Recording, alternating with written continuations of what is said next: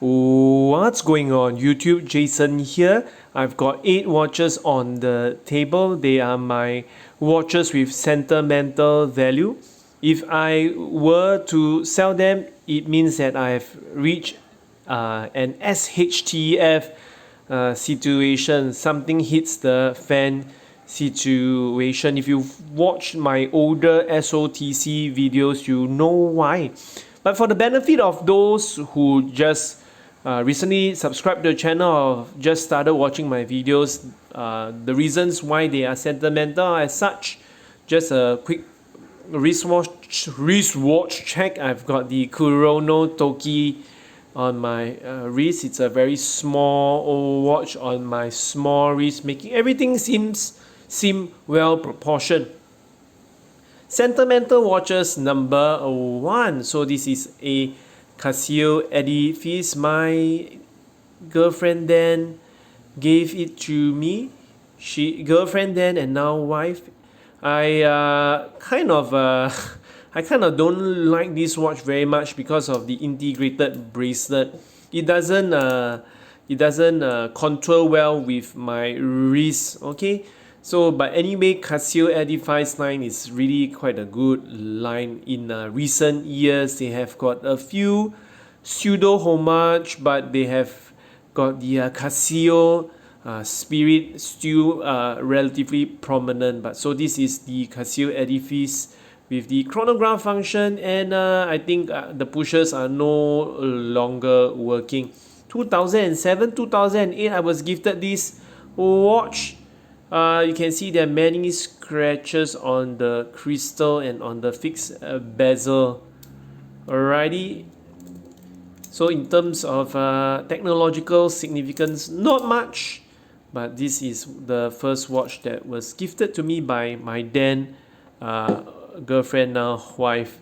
And the other watch, I do wear it often in the initial stage as a watch for my jacket and suit or for formal occasions. This is the Sago Kinetic Premier.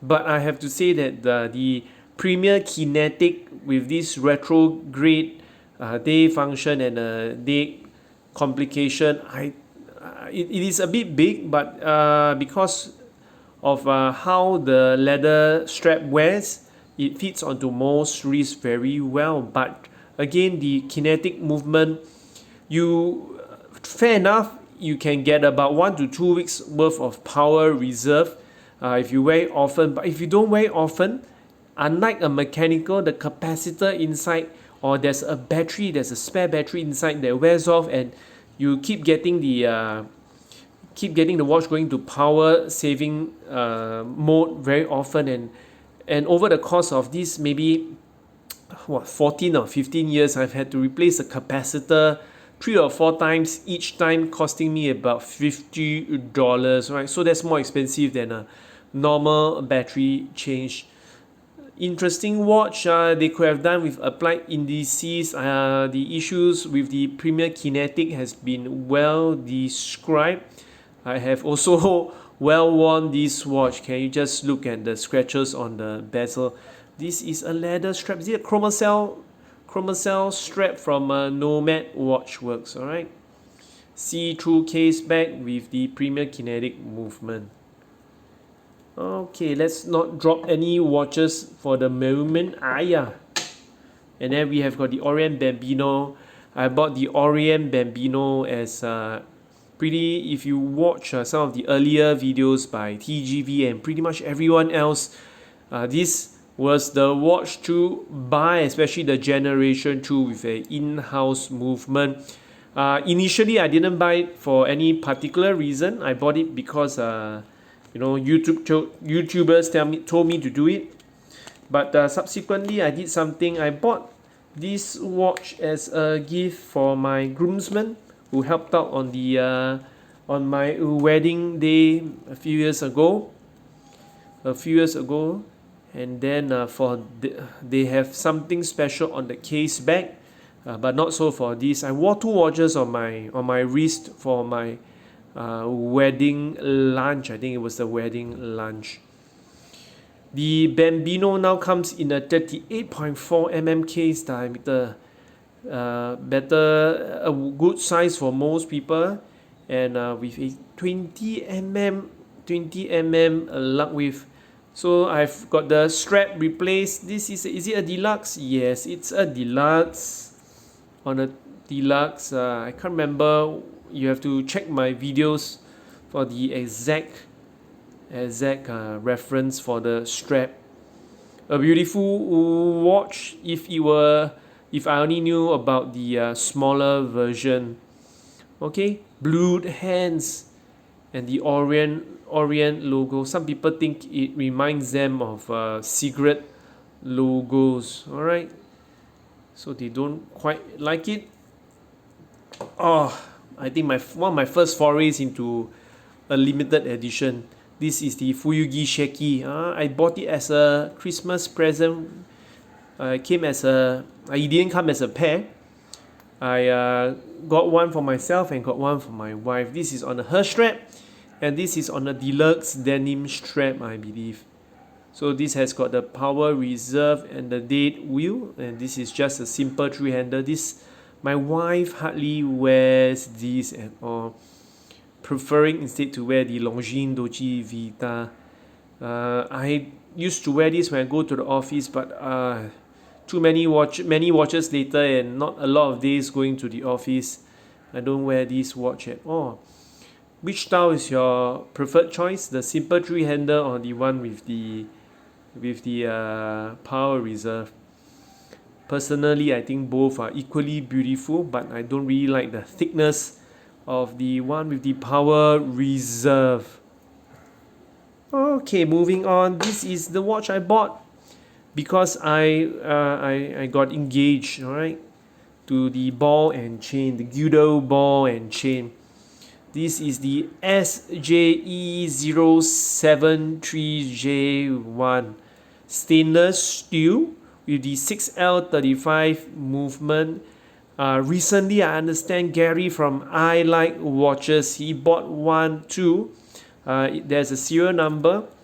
There are many versions of the so-called baby snowflake downs even before that preceded this model, but this was in stainless steel. I don't quite like it in I don't quite like the titanium feel. Alright, so that's the 6L35 movement. Can you see the serial number? There is a serial number. I got a tail end number. Previously was on a collar wrap vegan chain strap, but I put it back on the stainless steel bracelet so that I can wear it once more often. And now they said that I was told that the photographer didn't want steel bracelets, and then I got a watch with a leather strap. This is the Orient Star. I think it's a Gothic with a power reserve. TGV again. When I was younger, I was very influenced by TGV's choices of watch and videos. Alright, with the Breguet style hand and a power reserve at the 6 o'clock position. It's a small mid-case watch. I don't really get to wear it because of the color. It's I think it's PVD gold. PVD gold is not the color that you often wear to the office, although it's on a good leather strap that's supplied by Orient, 20 mm. Alright, this is a case back shot. A lot of finishing on the micro rotor as well as I think the dust cover. Is it the dust cover?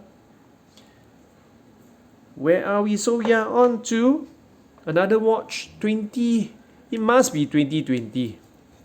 It has to be 2020. I bought this watch just before the lockdown, as well as I got this watch as a what we call it to commemorate my firstborn. Alright, she is now giving me a lot of issues, very active and climbing around and asking questions, not really asking questions. This is the SVGP007. They have got a new model released with a see-through case back and a sky, they call it the sky flake down. This has got a GS90 or is it GS9 all on the down texture, but you cannot see unless it's on macro footage. This, looking back, this was a very pricey buy. I didn't realize it too. I thought it was a, let's not talk about the price, but it's pricey. Okay, hopefully I will pass it down to my child. Alright, that day will come, right? That day will come.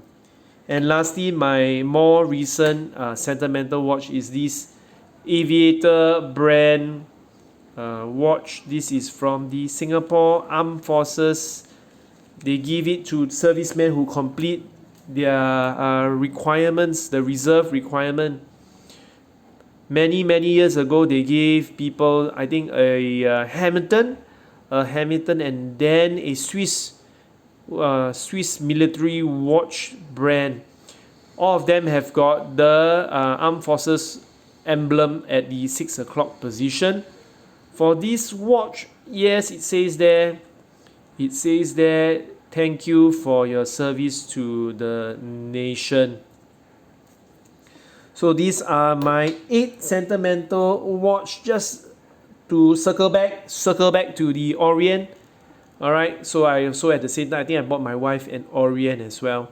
So there's not much sentimental value for this originally, but it was given that emotional attachment much later on. Let me know which one is your favorite. Alright, I will try to press on with my report so that I can churn out my state of the collection. I'll see you in the next one. Cheers!